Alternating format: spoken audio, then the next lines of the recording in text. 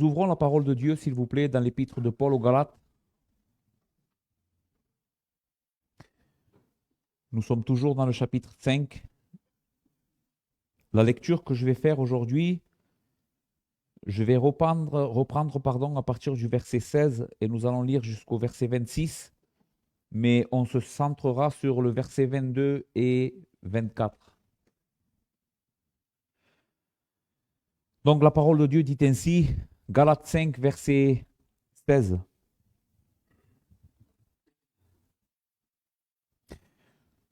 Je dis donc, marchez selon l'esprit et vous n'accomplirez pas les désirs de la chair, car la chair a des désirs contraires à ceux de l'esprit et l'esprit en a de contraires à ceux de la chair. Ils sont opposés entre eux afin que vous ne fassiez point ce que vous voudriez. Si vous êtes conduits par l'esprit, vous n'êtes point sous la loi. Or, les œuvres de la chair sont évidentes, ce sont la débauche, l'impureté, le dérèglement, l'idolâtrie, la magie, les rivalités, les querelles, les jalousies, les animosités, les disputes, les divisions, les sectes, l'envie, l'ivrognerie, les excès de table et les choses semblables.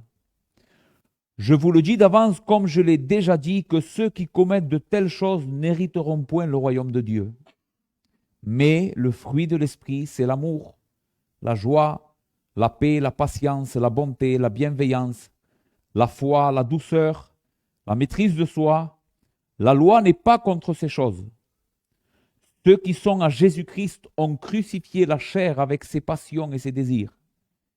Si nous vivons par l'esprit, marchons aussi selon l'esprit. Ne cherchons pas une vaine gloire en nous provoquant les uns les autres, en nous portant envie les uns les autres. Amen.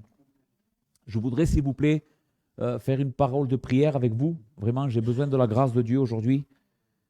Notre Père, notre Dieu, merci pour, Seigneur, ces chants que nous avons chantés. Merci pour le privilège que nous avons d'être ton peuple et de pouvoir te louer, Seigneur.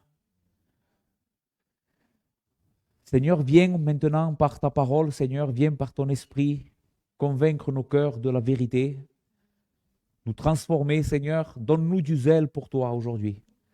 Pour la gloire de ton nom, je te demande ces choses, Seigneur. Fais au-delà de ce que nous pensons ou imaginons. Que ce soit évident, Seigneur, que c'est toi qui es en train de le faire, que les hommes ne peuvent rien, que c'est toi qui es fort, que c'est toi qui es grand, que c'est toi qui sauve, Seigneur. Fais-le pour la gloire de ton nom. Amen.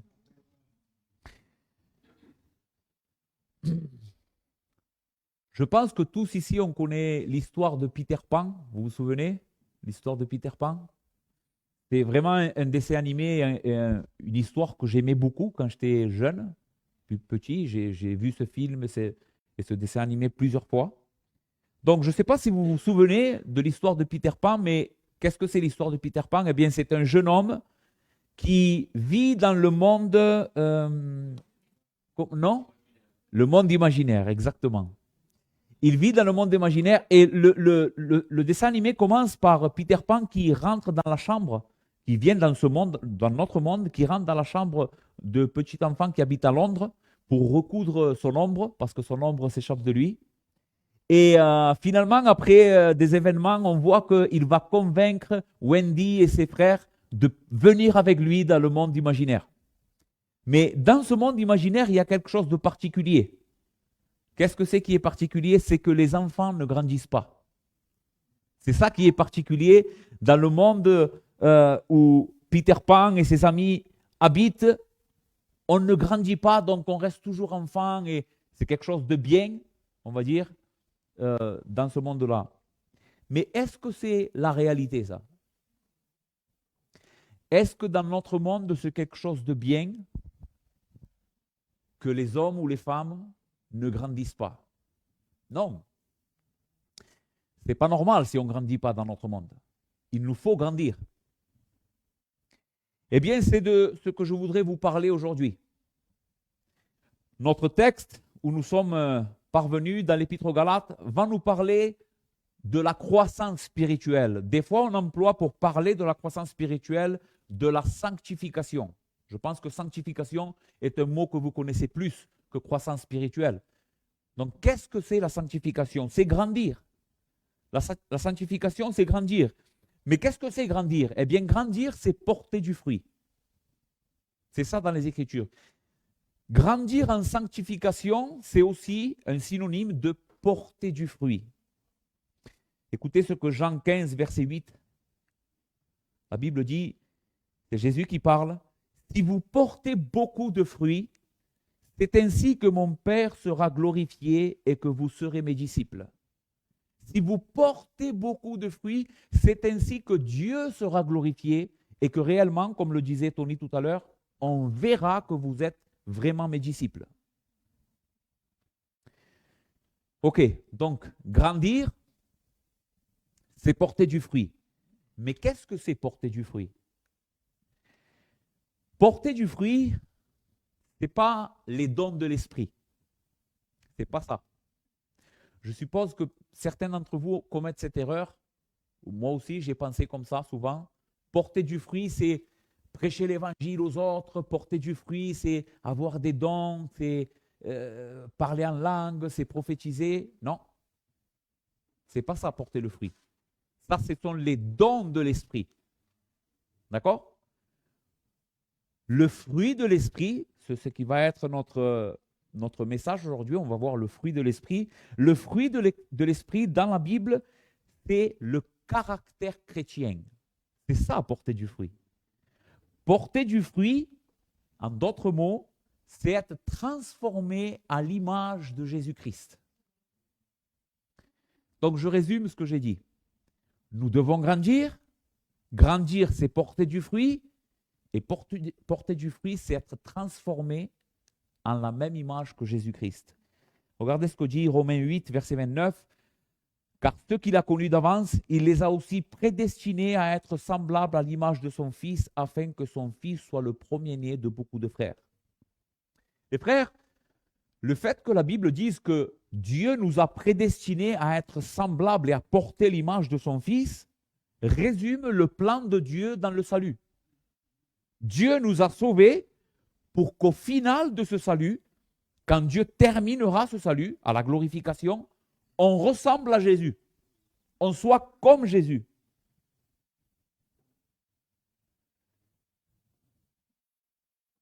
Dieu nous a sauvés pour que nous soyons saints. C'est ça être comme Jésus, c'est être saint, c'est être différent. Et je crois que beaucoup d'entre nous aujourd'hui, nous avons oublié cette vérité primaire dans l'Évangile. Dieu veut notre sainteté. Dieu ne veut pas seulement que tu sois un grand théologien.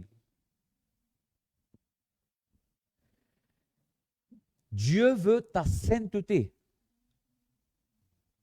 Il est extrêmement préoccupé pour ta sainteté.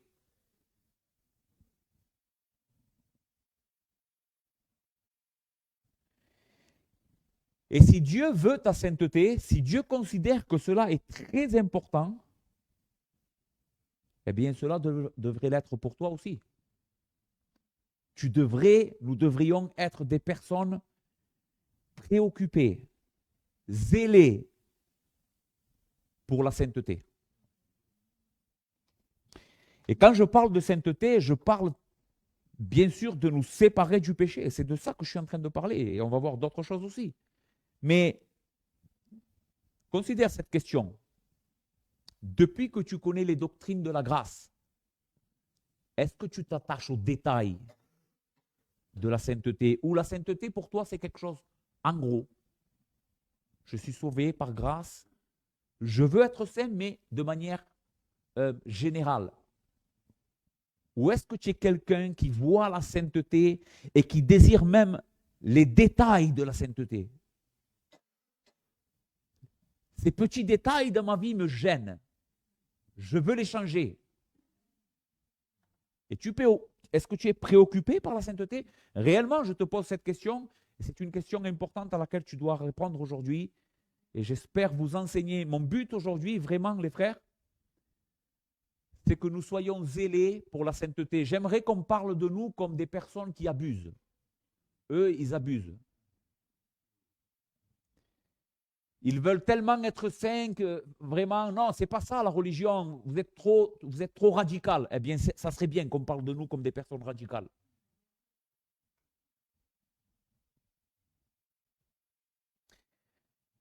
Être réformé, les frères, être baptiste réformé, protestant, c'est être zélé pour la sainteté. Vous savez que les premiers baptistes réformés ont été les puritains. Vous savez pourquoi on les appelle les puritains? Pourquoi on les appelle les puritains? Parce qu'ils voulaient revenir à la pureté de l'évangile, de la sainteté. Ils étaient très minutieux. C'était des gens qui étaient connus pour leur minutie, leur application dans tous les détails de la vie chrétienne, comment ils se séparaient du péché et essayaient de cultiver dans leur vie les fruits de l'esprit. C'est ça, être réformé. Être réformé, ce n'est pas vivre tranquille dans son péché. Sauvé, toujours sauvé. C'est Dieu qui fait tout. C'est pas ça. C'est tout le contraire. C'est ce que dit Paul au verset 13. Souvenez-vous que le contexte de cette épître, à ce moment-là de l'épître, Paul a changé. Jusqu'à maintenant, il était en train de nous enseigner la doctrine. Vers chapitre 5, il change. Et maintenant, on passe à des choses plus pratiques. Ça, c'est la doctrine, c'est la vérité de ce que Dieu a fait pour vous. En conséquence de ça, voici comment vous devez vivre.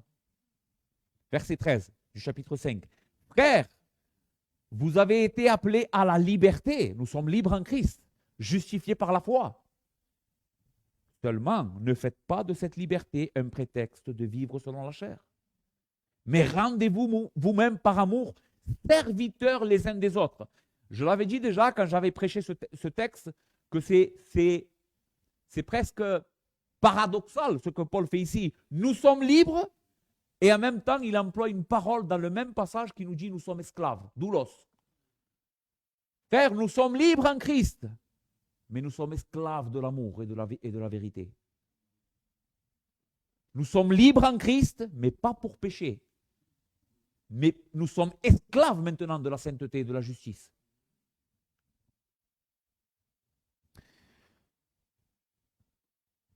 Je vais vous lire 2 textes qui prouvent ce que Dieu désire pour vous ou pour toi aujourd'hui. Qu'est-ce que Dieu veut pour toi aujourd'hui? Et je vais te montrer que la Bible enseigne que ce que Dieu veut depuis qu'il t'a sauvé, c'est que tu sois saint. Dieu veut que tu sois saint. Écoute, c'est pour cela, Colossiens 1,10, 1,9, pardon, ne cherchez pas, je vais vous le lire. C'est pour cela que nous aussi, depuis le jour où nous avons été informés, nous ne cessons de prier Dieu pour vous. Nous demandons que vous soyez remplis de la connaissance de sa volonté en toute sagesse et intelligence spirituelle. Verset 10. Pour marcher d'une manière digne du Seigneur et lui être entièrement agréable, portant des fruits en toutes sortes de bonnes œuvres et croissant par la connaissance de Dieu. Paul ici, quand il parle dans le verset 10 que je prie Dieu pour que vous sachiez, regardez comment fonctionne la vie chrétienne. D'abord, on doit savoir, et ensuite, cette connaissance doit transformer notre cœur pour qu'il porte du fruit. Bien sûr que sans savoir la volonté de Dieu, on ne peut pas vivre une vie de sainteté. Mais Paul dit, je prie pour que vous sachiez et que cette connaissance que vous avez transforme vos vies en portant du fruit. 1 Thessaloniciens chapitre 4, écoutez bien, au reste, frères, puisque vous avez appris de nous comment vous devez vous conduire et plaire à Dieu. C'est quoi la vie chrétienne? C'est plaire à Dieu. Et c'est à cela, et c'est là ce que vous faites. Nous vous prions et nous vous conjurons au nom du Seigneur Jésus de marcher à cet égard de progrès en progrès. Les paroles sont fortes ici. Nous vous conjurons. Nous vous engageons à ça avec un jurement, avec un serment, de marcher à cet égard, plaire à Dieu, de progrès en progrès. Verset 2. Vous savez en effet quel précepte nous vous avons donné de la part du Seigneur, ce que Dieu veut. Ce que Dieu veut. Ce que Dieu veut, c'est votre sanctification.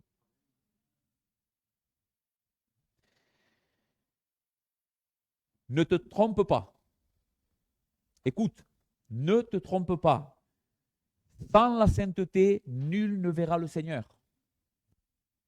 sans un désir permanent et croissant de sainteté, tu vas te perdre. Tu vas te perdre. C'est ce que dit notre texte au verset 24. Ceux qui sont à Jésus-Christ ont crucifié la chair avec ses passions et ses désirs. Si nous vivons par l'Esprit, marchons aussi selon l'Esprit. Voici comment Paul résume la vie chrétienne. Ceux qui sont à Jésus-Christ, comment est-ce qu'on peut savoir qui appartient à Jésus-Christ? Qui sont ceux qui sont à Jésus-Christ? C'est ceux qui ont crucifié la chair avec ses désirs et ses passions. Ceux qui ne crucifient pas la chair avec ses désirs et ses passions, mais qui disent « moi je crois, moi je sais tout, moi je comprends bien la vérité », mais que dans leur vie, il n'y a pas un désir croissant, réel, minutieux pour la sainteté, peu importe ce qu'ils disent de leur bouche, Paul dit dans ce passage qu'on reconnaît les vrais chrétiens parce qu'ils sont en train de crucifier leur chair et leur passion chaque jour.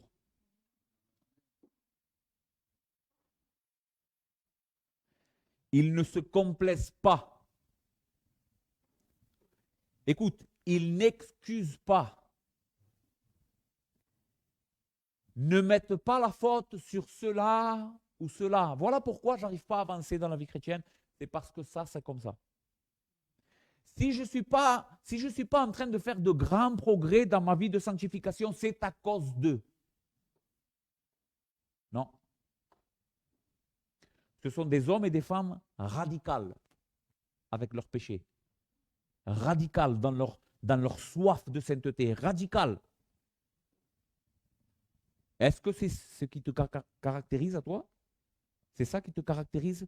Une vie radicale en ce qui concerne le péché et la sainteté? Ce sont des personnes zélées pour être toujours plus saintes dans leur manière de vivre à la gloire de Dieu. Vous vous rendez compte, les frères, que la Bible dit que même manger et boire doivent être faits à la gloire de Dieu? Manger et boire. Tu me diras, mais comment je peux être saint quand je mange et je bois? Oui, tu devrais être saint quand tu manges et tu bois, parce que ce que tu fais là, tu devrais le faire à la gloire de Dieu. Maintenant, comment le faire? Comment être une personne qui recherche la sanctification? Et c'est important pour nous pour ne pas tomber dans le légalisme.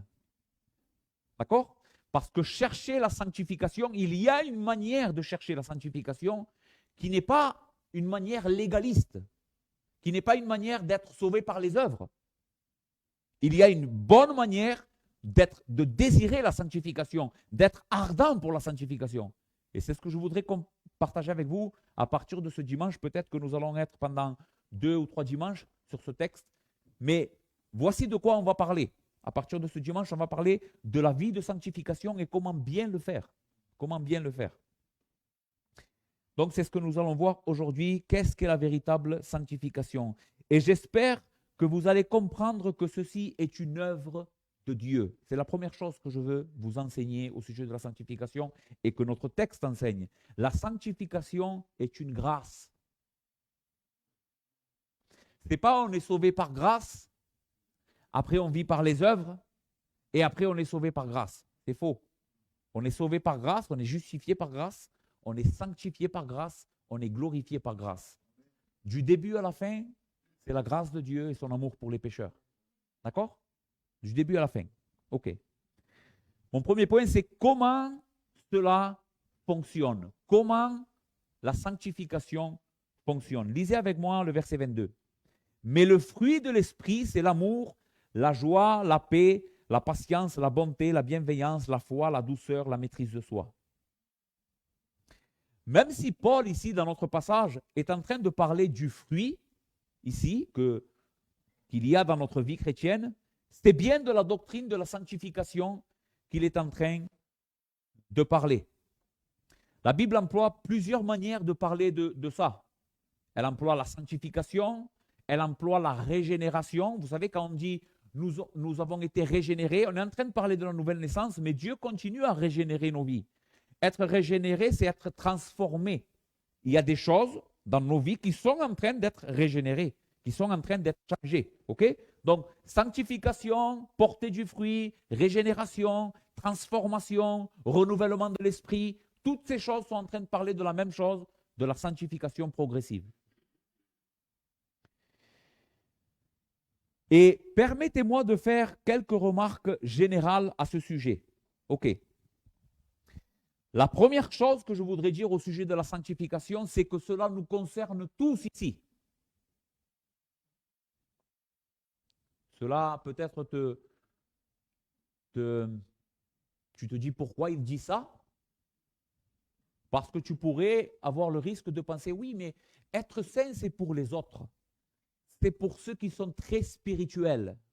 Mais pour moi, petit chrétien ou petite chrétienne, qui personne ne fait attention à moi, quelle différence y a-t-il en ce que je sois une personne qui veut la sanctification? Personne ne le verra. Non, non, non, non.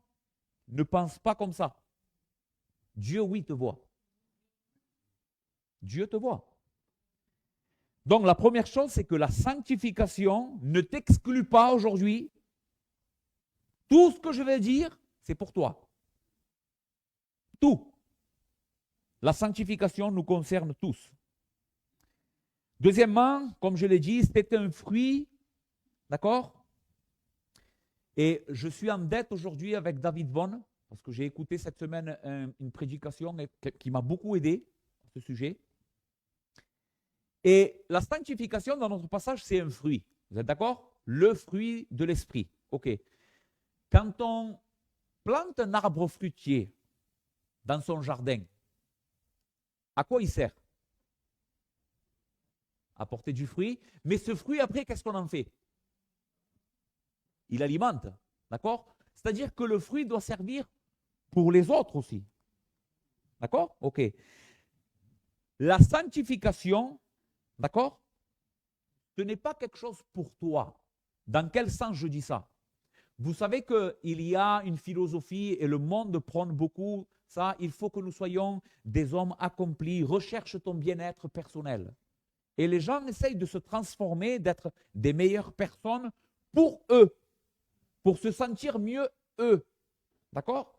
Tandis que la sanctification, tu ne dois pas la rechercher principalement pour toi. C'est quelque chose que tu dois rechercher pour Dieu.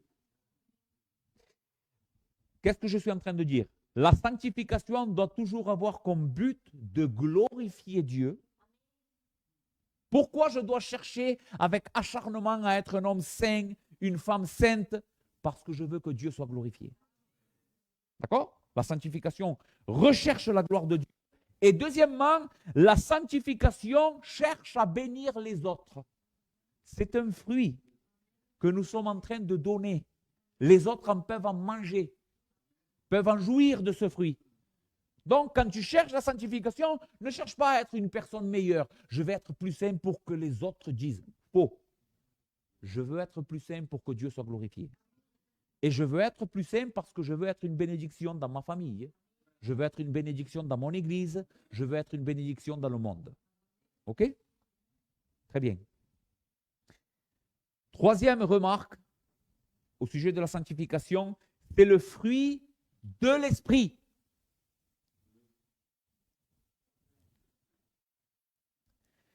Lui seul peut le produire. Regardez ce que le verset 19 dit, parce que Paul met en contraste ici, on l'a vu le dimanche dernier, les œuvres de la chair, ça, c'est nous qu'on le produit, pas vrai? On l'a vu. D'où elles sortent les œuvres de la chair, l'impudicité, la magie, toutes ces choses qu'on a vues, tous ces péchés qu'on a vus, d'où elles sortent? Ils sortent de notre nature corrompue. Je pensais à ça. Qui enseigne à nos enfants à mentir? Est-ce que toi, tu t'es assis un jour avec ton enfant et tu lui as dit, voilà, mon fils, voilà comment tu dois mentir. Quand je te demande, est-ce que tu as fait ça? Tu diras le contraire. Bon, tu ne lui enseignes pas à mentir. Pas vrai? Personne n'enseigne à mentir à ses enfants. Pourquoi ils mentent?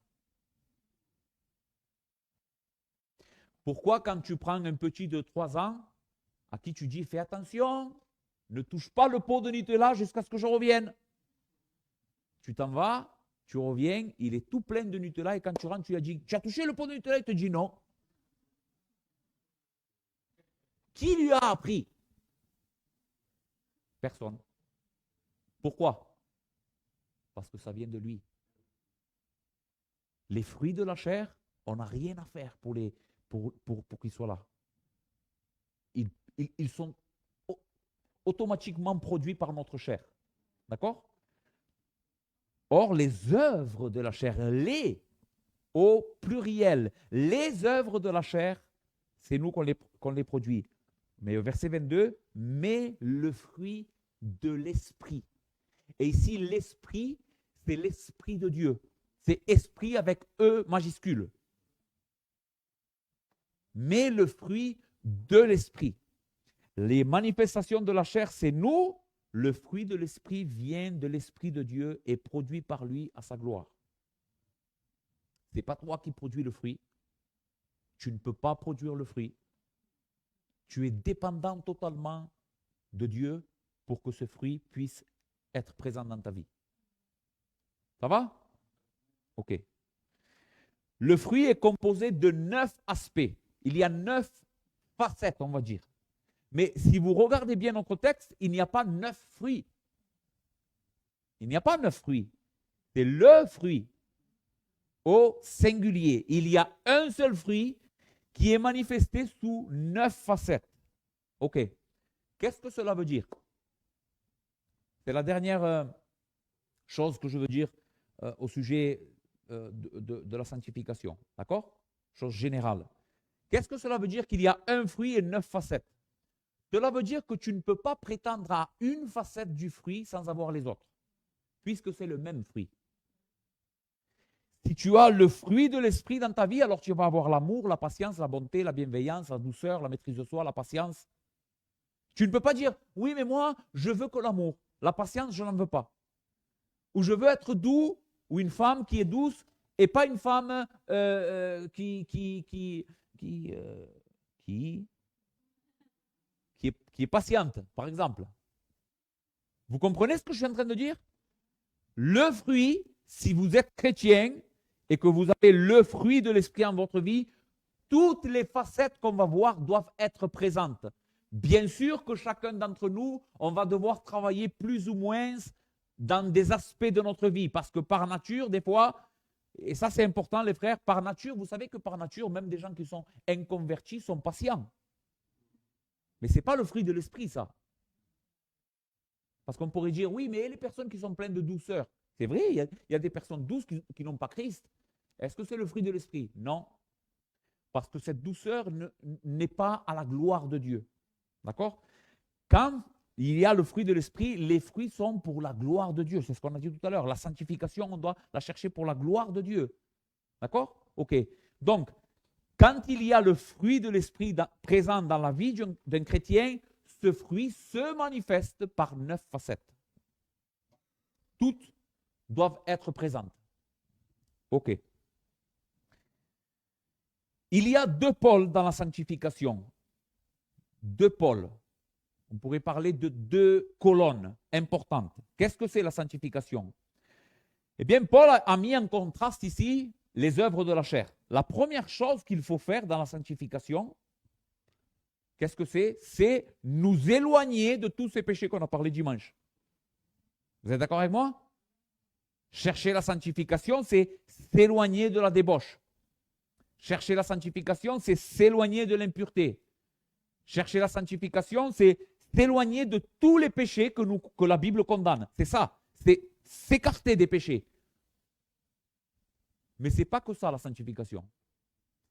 Si la sanctification s'arrête juste à ne touche pas, ne prends pas, éloigne-toi du mal, c'est une sanctification légaliste qui ne fait rien du tout. Parce que la sanctification, c'est s'éloigner du péché, ok? Ça, c'est important que vous compreniez ça. S'éloigner du péché, se couper du péché et commencer à prendre d'autres choses dans ma vie. Commencer à pratiquer d'autres choses. Par exemple, je m'éloigne de l'impureté, de la débauche et je commence à devenir quelqu'un de sain et de pur.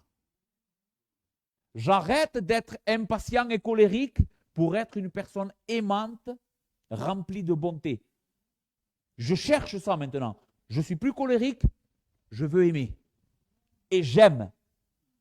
Je fais tous mes efforts pour que ma vie soit caractérisée par un homme, une femme, qui ça se voit que j'aime les autres. D'accord? C'est comme ça que la Bible parle. Dépouillez-vous, une autre image, dépouillez-vous et revêtez-vous. Vous voyez? C'est s'enlever un vêtement sale, qui est le vieil homme, et c'est revêtir l'homme nouveau en Christ. Ok. Donc, c'est éviter le péché et c'est cultiver et rechercher les choses que Dieu commande.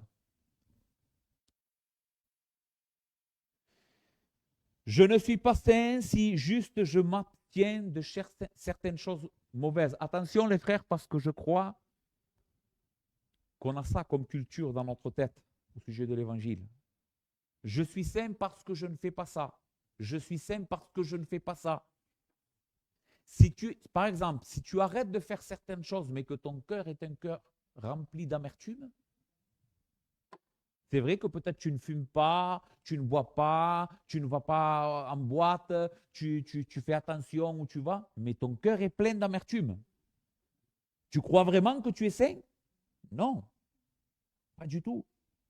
Ça, c'est la sainteté des hypocrites. Ça, c'est la sainteté des pharisiens et des scribes. Que le Seigneur dira, hypocrite que vous êtes blanc à l'extérieur, mais au-dedans, vous êtes rempli d'impureté.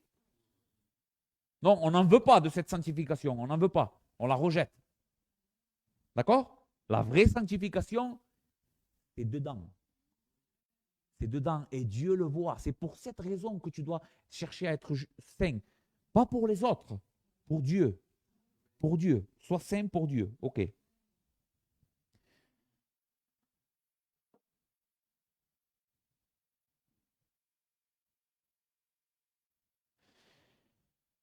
Nous allons voir que le fruit, ce n'est pas quelque chose que je fais, mais plutôt quelque chose que je deviens. Je l'ai noté en rouge, cette phrase, elle te marque. Qu'est-ce que c'est porter du fruit, être saint? Ce n'est pas quelque chose que tu fais. Je vais faire ça. Non, c'est quelque chose que tu dois devenir. Je dois devenir comme ça. Je dois être une femme caractérisée par la patience, la bonté, l'amour. Un homme rempli de patience, de maîtrise de soi. C'est ce que je dois devenir. Ce n'est pas quelque chose que je dois faire. C'est ce que je dois devenir. OK? OK. Comment le faire, les frères? Le texte nous l'enseigne. On en a déjà parlé, mais le texte nous l'enseigne. La première chose que nous devons faire pour pouvoir porter du fruit, le verset 18, regardez vos Bibles, c'est se laisser conduire par l'Esprit. Si vous êtes conduit par l'Esprit, vous n'êtes point sous la loi. Ici, la parole conduit, en grec, ago, veut dire mener, conduire, amener avec soi. Écoutez bien, c'est un terme qui était employé pour parler d'un homme qui était en train de travailler avec un animal attaché. Ce n'était pas l'animal qui menait, c'était l'homme qui menait. D'accord? Ok. Ce terme est aussi employé pour le vent qui pousse un bateau. Est-ce que c'est le bateau tout seul qui bouge? Il n'y a pas de vent, est-ce qu'il va bouger le bateau? Non. C'est le vent, qui pousse le bateau. Et la dernière image que cette parole, ago, est importante, que je cite, c'est que ce terme était employé pour parler d'un prisonnier qui était amené devant un magistrat. Comment est-ce qu'un prisonnier allait devant le magistrat pour être condamné? Est-ce qu'il allait de son plein gré? Non, il était amené. OK? C'est ce que Paul est en train de dire au sujet de choses importantes pour savoir comment est-ce que nous devons être sanctifiés. Si vous êtes conduit par l'Esprit, si l'Esprit est en train de vous conduire, c'est lui qui est en train de vous conduire. J'avais dit la dernière fois quand j'ai prêché ce texte que le verbe reçoit l'action. C'est au mode passif. Le verbe reçoit l'action. Je suis en train de me laisser conduire. D'accord? Je ne me conduis pas. C'est lui qui conduit. Donc cela nous parle que c'est Dieu qui doit le faire. C'est Dieu qui doit le faire. Et je vais vous montrer des textes. Comment est-ce que la Bible emploie ce mot ago? Regardez, Matthieu 10, verset 18. Jésus, en parlant à ses disciples, dira: vous serez menés à cause de moi devant des gouverneurs et devant des rois pour servir de témoignage à eux et aux païens. Vous serez menés, ago. Vous serez amenés par force. Et nous avons un très bon exemple de cela dans Luc 4, verset 1 aussi. La Bible dit au sujet de Jésus, Jésus rempli du Saint-Esprit, voyez, Jésus rempli du Saint-Esprit, revint du Jourdain et il fut conduit par l'Esprit, ago, conduit, poussé, certaines traductions disent poussé par l'Esprit, ici c'est ago, conduit par l'Esprit dans le désert. Est-ce que Jésus est allé au désert parce qu'il voulait? Oui, mais le texte révèle qu'il est allé au désert parce que l'Esprit l'a poussé. C'est l'Esprit qui l'a conduit au désert. Donc c'est quelque chose que nous subissons. Écoute, c'est quelque chose que tu subis. Ce n'est pas quelque chose que tu fais. Tu le subis en partie. Et tu vas comprendre pourquoi je dis en partie. La première chose, donc, c'est un ordre, c'est se laisser conduire. La deuxième chose, c'est l'ordre de marcher. Nous devons nous laisser conduire, mais cela ne veut pas dire que dans la sanctification, on ne fait rien. Et là, c'est où se complique la sagesse de Dieu. Il y a des choses, des fois, vraiment, c'est très difficile dans les Écritures à expliquer. Mais Dieu, dans la sanctification, nous met deux choses qui apparemment sont contradictoires.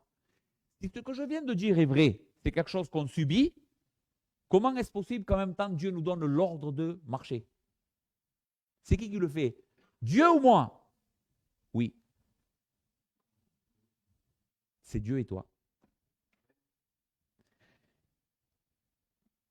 Verset 16 et verset 25 aussi. Je dis donc, marchez selon l'esprit et vous n'accomplirez pas les désirs de la chair. Ici, la parole marcher est traduite du grec peripateo, qui traduit le mot marcher. D'accord? Mais ce qui est intéressant, c'est qu'au verset 25, dans nos Bibles françaises, on a encore la parole marcher, mais ce n'est pas le même mot en grec que Paul emploie. Donc, je relis verset 16. Je dis donc, marchez dans l'esprit, selon l'esprit, et vous n'accomplirez pas le désir de la chair. Verset 25. Si nous vivons par l'esprit, marchons. Nous avons encore ici le verbe marcher, aussi selon l'esprit. Mais ici, le mot marcher, ce n'est plus peripateo, c'est stocheo. Et qu'est-ce que veut dire ce mot? Ça veut dire avancer en rang, comme la marche d'un soldat. C'est de ce mot que vient la parole ou l'expression se mettre en rang. Vous avez vu se mettre en rang? Qu'est-ce que ça veut dire se mettre en rang? Marcher dans une ligne. C'est de ce mot que vient cette expression. Se mettre en rang, aller en ordre, métaphoriquement, aller en prospérant, bien se conduire, marcher, diriger sa vie. C'est ce que veut dire ce mot. Paul dit, c'est quelque chose qu'on subit, mais c'est quelque chose aussi qu'on fait. Par obéissance, on se range. Quand Dieu nous dit, Joséito, c'est ça que je veux de toi, la sanctification, c'est de me mettre en rang. C'est de dire, d'accord Seigneur, j'obéis. C'est pas, je vais pas attendre pour être saint, je ne vais pas attendre que Dieu me prenne comme un robot et me conduise à la sainteté. On est en train de dire que c'est lui qui le produit, mais comment est-ce qu'il le produit? Il le fait en nous donnant la force, en nous poussant avec douceur, bonté. Je ne sais pas comment Dieu fait ça, mais Dieu fait ça. Il incline les cœurs des hommes. C'est eux qui le font, mais c'est lui qui l'a incliné. OK? Donc, la sanctification exige une disposition. Écoute, la sanctification exige une disposition, de l'obéissance, de la détermination, de l'ordre, de la discipline. Tu ne pourras jamais, jamais, jamais être une personne sainte si tu n'es pas en train d'être discipliné, si tu n'es pas obéissant.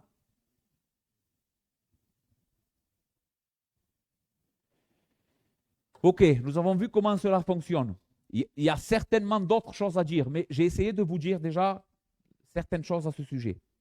Mon deuxième point, c'est qu'est-ce qu'est la sanctification dans notre passage? Comment est-ce que Paul l'enseigne ici? Basiquement, comme nous l'avons dit, la sanctification, c'est être transformé à l'image de Jésus-Christ. Et ici, nous ne parlons pas d'une image physique. Quand Dieu dit ceux qu'il a prédestinés, il les a prédestinés afin d'être semblables à l'image de son Fils, cela ne veut pas dire qu'un jour on va ressembler physiquement à Jésus. Qu'est-ce que ça veut dire alors? Ça veut dire que Dieu est en train de nous transformer pour que nous portions l'image morale et spirituelle de Jésus. Sa moralité. En d'autres mots, Dieu est en train de transformer ta vie pour que tu aimes ce que Jésus aimait et pour que tu détestes ce que Jésus détestait. Et ça, c'est un bon exercice à faire, ça. Lisez les évangiles avec un stylo et à chaque fois que vous voyez quelque chose que Jésus aime, notez-le. Tu aimes ça, Seigneur? Alors moi aussi, je dois l'aimer.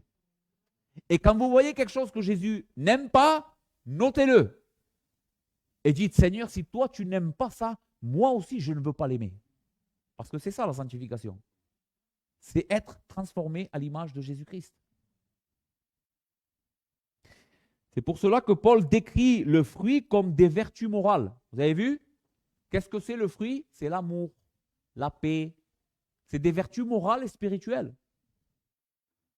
C'est des choses qui caractérisent notre cœur. Mais le fruit de l'esprit, c'est l'amour, la joie, la paix, la patience, la bonté, la bienveillance, la foi, la douceur, la maîtrise de soi. Il y a beaucoup de choses qui ont été dites à ce sujet. J'ai lu beaucoup de choses cette semaine. Parce que certains hommes arrangent, il y a 9 fruits, d'accord? Et certains hommes disent qu'il y a un trio, 3, 3, 3. 3 pour Dieu, 3 pour moi, 3 pour mes semblables. Il y a d'autres listes qui classifient les fruits d'une autre manière. Je ne sais pas, je n'arrive pas à m'aligner avec une seule idée. D'accord? Ce qui est sûr, c'est que, qu'est-ce qu'on va faire, nous? On va traiter les fruits 3 par 3. D'accord? Donc aujourd'hui, à partir de maintenant, on va voir 3 des manifestations de ce fruit de l'esprit. Et dimanche prochain, ainsi de suite et ainsi de suite. D'accord? Ok. Est-ce que ça va? Ok. Bon, je vais boire un coup et ensuite on attaque le premier fruit.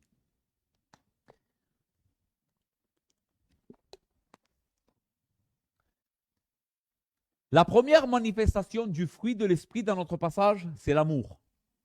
Mais le fruit de l'esprit, c'est l'amour. Et vraiment, les frères, s'il y a une qualité que nous devrions rechercher de manière acharnée dans notre vie, c'est être des personnes remplies d'amour. L'amour, c'est Dieu. Dieu est amour. La Bible ne dit pas que Dieu a de l'amour. Dieu est amour. Son essence, c'est l'amour. Écoutez ce que Paul dira dans Colossiens 3, verset 14. Mais par-dessus toutes ces choses, par-dessus toutes les choses de la vie chrétienne, revêtez-vous de l'amour qui est le lien de la perfection. Si on pourrait dire, qu'est-ce que c'est la perfection? C'est être une personne remplie d'amour. C'est ça la perfection, c'est Christ. C'est Christ. Qu'est-ce qui aurait le jour où on va rencontrer Jésus, ce qui va le plus nous étonner, nous marquer, nous époustoufler de lui, c'est que c'est une personne remplie d'amour. Remplie. Maintenant, en français, nous sommes pauvres. La langue française est très pauvre en comparaison avec le grec, qui est la langue qui a été utilisée pour écrire le Nouveau Testament. Nous avons un seul mot pour décrire l'amour en français, n'est-ce pas? Et ce mot, amour, on l'utilise pour tout. J'aime ma voiture, mais j'aime aussi ma fille. Tu vois, c'est le même mot pour dire j'aime ma voiture et j'aime ma fille. Mais évidemment, je n'aime pas ma voiture de la même manière que j'aime ma fille. Mais pourtant, c'est le même mot. On est pauvre en français, pas le grec. Le grec a 3 mots pour nous parler de différents types d'amour. OK? OK. Le premier mot que le grec emploie pour nous parler de l'amour, c'est l'amour éros. L'amour éros. Et qu'est-ce que c'est l'amour éros? C'est l'amour éros, c'est l'amour du désir. C'est l'amour de l'attirance. Je t'aime parce que je vois en toi quelque chose qui m'attire ou me plaît. D'accord? Par exemple, j'aime ma voiture parce qu'elle me plaît. C'est l'amour éros. Je suis attiré vers quelque chose parce que je ressens une attirance physique et il y a de la beauté dans cette chose, donc je vais vers cet amour. Je manifeste cet amour. Ok. Le deuxième mot que la Bible emploie pour parler de l'amour, c'est philéo. C'est le mot philéo. Et le mot philéo nous parle d'un amour de l'amitié. C'est plus un amour qui est lié uniquement à l'aspect physique et matériel de la chose, mais c'est plus un amour d'amitié, d'accord, qui nous lie avec des amis. Ok, ça serait un peu comme, c'est difficile à définir l'amour, ouais, mais voilà comment la Bible parle de l'amour. Et le troisième mot, qui est celui qui nous intéresse, parce que c'est celui que Paul emploie dans notre texte, mais le fruit de l'esprit, c'est l'amour, et ici le mot, c'est agape. Ok, j'ai déjà épuisé mon temps, les frères. Ok. Qu'est-ce que veut dire l'amour agape? Je ne veux pas que tu perdes ça. L'amour agape, c'est un amour qui n'est pas caractérisé par je veux. L'amour agape, ce n'est pas un amour qui veut quelque chose pour soi, mais c'est un amour qui donne. C'est ça l'amour agape. L'amour agape cherche le bien de l'autre avant soi. Je t'aime parce que je veux ton bien.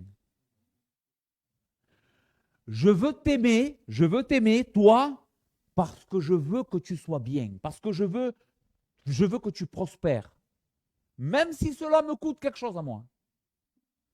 Même si cela implique que je souffre. Même si je ne gagne rien dans l'affaire, je t'aime. Parce que je suis en train de rechercher le bien de l'autre.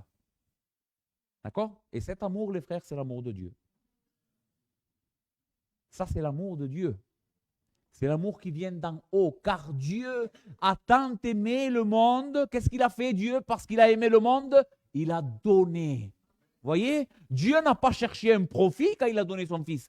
Dites-moi quel profit il y avait au fait que Dieu donne son fils. Est-ce que Dieu a donné son fils pour en retirer un bénéfice de nous? Nous étions misérables. Qu'est-ce qu'on pouvait donner à Dieu? Rien du tout. Mais il a donné. Pourquoi? Parce qu'il cherchait notre bien. Parce qu'il nous aimait. Je vais vous donner un autre texte. Pour vous les hommes.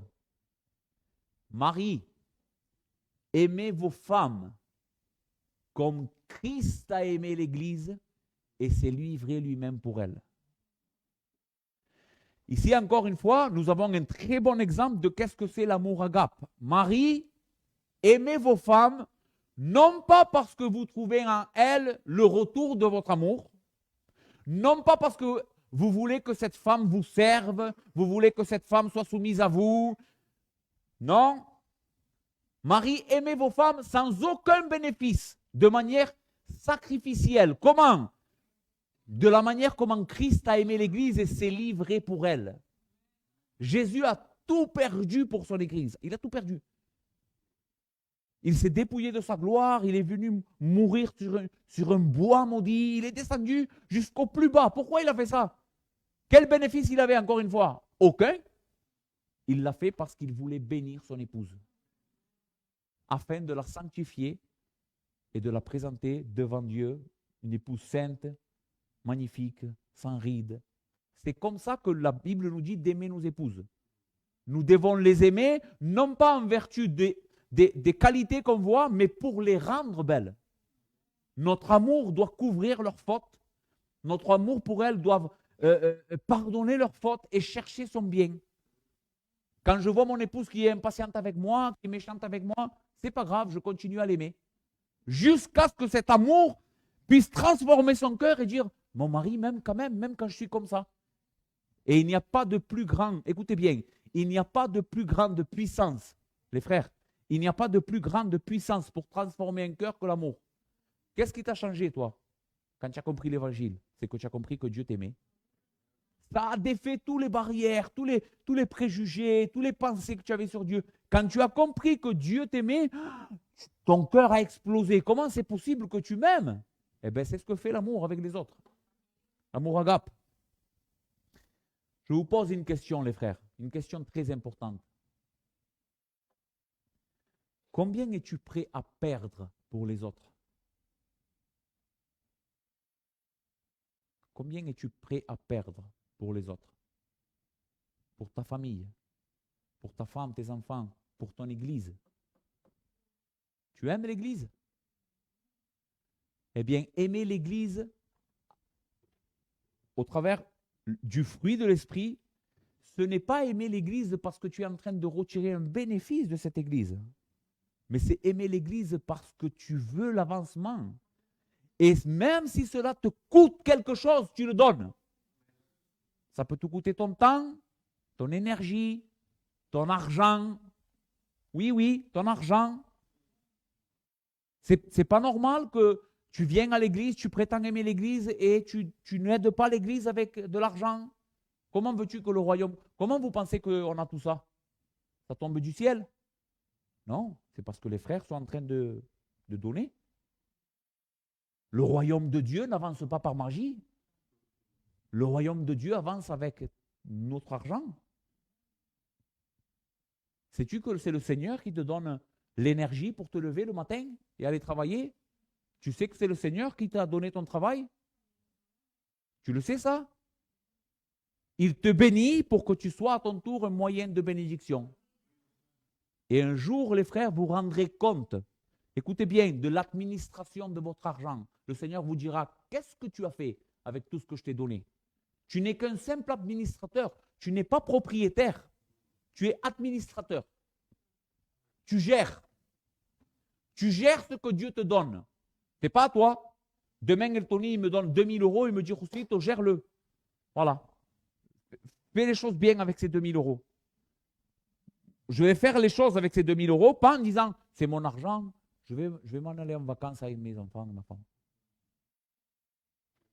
Si c'est mon argent, je peux faire ça, parce que c'est le mien. Mais ce n'est pas le mien, c'est celui de Tony. Donc, quand Tony va revenir, il va me dire, qu'est-ce que tu as fait, Rousselito, avec les 2000 € que je t'ai donnés? Eh bien, je suis parti en Espagne. Mais comment? Pourquoi tu as fait ça? Vous comprenez ce que je veux vous dire? C'est ce que Dieu fait avec nous. Un jour, il va nous demander des comptes pour ce qu'on a fait. Je repose la question. Tu aimes l'église? Qu'est-ce que c'est en train de te coûter? Qu'est-ce que tu es en train de sacrifier pour ta femme, tes enfants, ton église, ta famille, ainsi de suite? Pour les personnes que tu prétends aimer. Si tu n'es pas en train de sacrifier quelque chose, c'est parce que ce n'est pas l'amour agape. C'est un amour peut-être éros. Tu es en train d'aimer parce que tu veux être aimé à ton tour ou parce que tu veux en tirer un bénéfice. Donc les frères, cherchons cet amour-là qui vient de l'esprit. Nous devons, souvenez-vous ce que je vous ai dit, j'ai passé du temps à vous parler de ça, la sanctification est quelque chose que vous devez rechercher. Vous devez vous appliquer à ça. Dieu veut ça pour vous. Ok. Comment Dieu fait grandir cet amour en nous? Comment est-ce que vous pensez que cet amour, et comment vous pouvez aller puiser de la force pour aimer de cette manière? Eh bien, l'amour de Dieu ne peut être manifesté dans notre vie que quand on a reçu l'amour de Dieu. Je vais m'expliquer. Nous aimons parce qu'on a été aimé en retour. C'est dans la mesure où je sais que Dieu m'aime et cela me nourrit. Jean dira, l'amour de Dieu, je crois, il dit, ne consiste pas en ce que nous ayons aimé Dieu les premiers, mais en ce que Dieu nous a aimés. Vous voyez comment fonctionne l'amour? L'amour fonctionne comme Dieu étant la source de cet amour. Et c'est dans la mesure où je me place devant lui, je me nourris de ça. Je me nourris du fait que Dieu m'a aimé en Christ, malgré ce que je suis, qu'une fois que je suis plein, que ma vie est remplie de cette connaissance, de cet amour et de cette réalité, je me tourne vers les autres et je suis un canal pour aimer les autres. Donc, nous pouvons être et manifester cet amour dans la mesure où nous sommes en train de vivre par la foi dans l'amour de Dieu pour nous. Je ne vais pas avoir le temps de traiter la joie et la paix, je voulais le faire, mais je vais arrêter là. On continuera dimanche prochain la suite, d'accord? Qu'est-ce qu'on a vu? Dimanche prochain, on ira directement au fruit de l'esprit, mais qu'est-ce qu'on a vu? Je veux juste vous répéter ça. Dieu veut votre sanctification. C'est la volonté de Dieu. Soyez saints, les frères. Soyez minutieux. Soyez radical. Soyez... comment c'est ça? Comment? Non, pas ferme. Ferme, oui, mais je voulais dire intentionnel. Soyez intentionnel. N'attendez pas que ça tombe du ciel. Je parle mal. J'ai vraiment une bouche qui parle mal souvent. Mais qu'est-ce que tu veux? Je suis comme ça. Non. Non, non. Je ne vais plus parler mal. Je ne vais plus faire ça. J'ai un caractère qui s'emporte. Je ne veux plus être comme ça. Je vais faire attention aux petits détails. Oui, les petits détails, les petits détails. Fais attention aux petits détails. Ce n'est pas grave si on te traite de pharisien. Dieu le voit pour qui tu le fais. Si tu le fais pour la gloire de Dieu, tu seras récompensé. Donc, soyons remplis, les frères. Qui c'est qui sonne?